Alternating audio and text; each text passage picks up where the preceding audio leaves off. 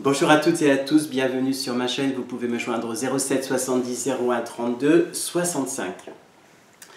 Alors, je voudrais essayer là, en tout cas aujourd'hui, de vous parler de quelque chose d'important.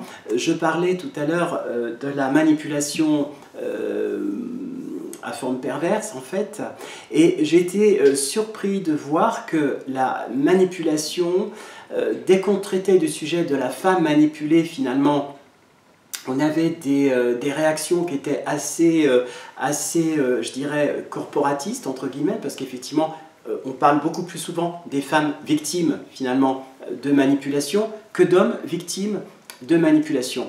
Prenons un exemple. Si on parlait de ces expériences, non plus en tant que sexe, mais en tant que fait de société, comment est-ce qu'on pourrait arriver à faire évoluer les choses? Point d'interrogation. La priorité, quand on subit ce genre de violence, c'est que hommes, femmes, tous au même niveau, pour une fois c'est bien. C'est-à-dire qu'on est toutes et tous passés par un processus qui a conduit progressivement vers la rencontre avec le manipulateur. En ce qui concerne la psyché du manipulé, elle est toujours la même et identique. Sachez simplement qu'à un moment donné dans l'existence, eh bien, l'un va aller vers l'autre, il y a une rencontre qui se fait, et les violences vécues antérieurement à la rencontre, à cette rencontre, pardon, vont aboutir à une problématique où il va y avoir en fait dans cette scénographie, là j'ai parlé un petit peu psy, allez, la scénographie c'est quoi? Eh bien c'est en fait comme une scène de théâtre, vous avez un metteur en scène, des acteurs, et bien sûr on joue une pièce, voilà. Donc la scénographie, dans le cadre de ce que je viens de dire, sera toujours la même. Le parcours commun, le tronc commun à toutes ces violences, c'est une peur d'abandon, des violences dans l'enfance, et arrivé à l'âge adulte, des choix qui sont faits, mais pas forcément comme ceux qu'on voudrait qu'ils soient faits. C'est-à-dire que vous allez avoir, dans une même population, des personnes qui vont être plus sujettes à la manipulation, et d'autres qui vont être des manipulateurs. Ce qui veut dire qu'il n'y a plus cette espèce de corporalité ou de sexe dans la manipulation, mais chacun va vivre exactement le même drame, hein, la même situation. Alors, je vais essayer de faire quelque chose, je ne sais pas, on verra si jamais ça marche.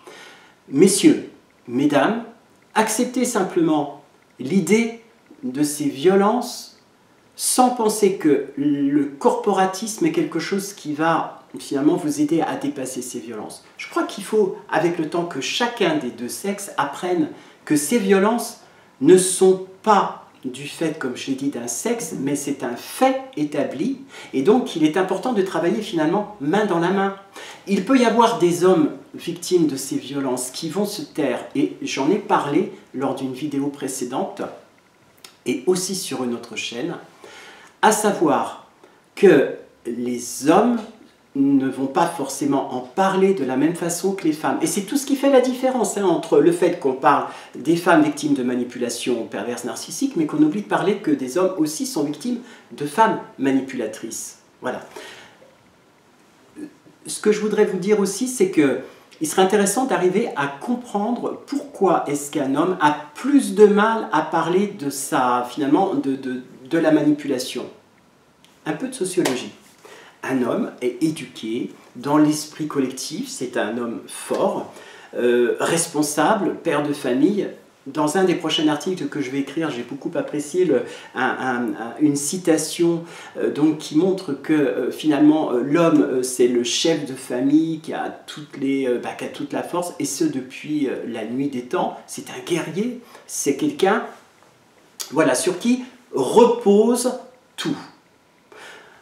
Le problème, c'est que certains de ces hommes, pour qui finalement tout va bien, en tout cas dans la façon d'être, eh bien se retrouvent finalement confrontés à une rencontre qui là, va tout casser. C'est-à-dire qu'ils vont être exactement comme vous, mesdames, dans la même situation de souffrance.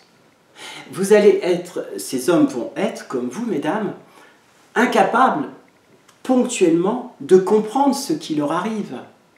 Alors pourquoi décider que seul finalement, les femmes eh bien, qui sont victimes peuvent être défendues, pourquoi ne pas comprendre que, encore une fois, on est tous concernés, hein, tout le monde a la capacité, hélas, de rencontrer un NPN. Voilà. Ce qui m'a surpris aussi beaucoup, et ça j'y reviendrai, c'est l'idée faussement finalement véhiculée par les réseaux sociaux qu'il n'y a que des victimes. Ben, moi je me suis dit non, d'ailleurs c'est pour ça aussi que j'essaie de changer l'esprit de ma chaîne. Pour moi il n'y a pas que des victimes, il y a des gens qui ont été victimes, qui ne resteront pas dans leur statut de victime, mais qui vont aller vers autre chose, à savoir la compréhension de ce qui leur est arrivé. Peut-être que ça ne fait pas plaisir, j'en conviens, quand on dit à une femme, bah, écoutez, voilà, vous êtes aussi peut-être responsable d'avoir fait du mal à un homme, tout comme il est compliqué à un homme de lui dire « vous avez fait du mal à une femme, vous l'avez manipulée », dans les deux cas de figure, arrêtons, parce que là c'est quelque chose d'important, arrêtons absolument de faire de la ségrégation en pensant que seule une partie de la population sexuée est touchée par cette manipulation. Alors vous, messieurs, je vous encourage à réagir, n'hésitez pas à m'appeler. En tout cas, merci pour m'avoir écouté, à très bientôt, au revoir.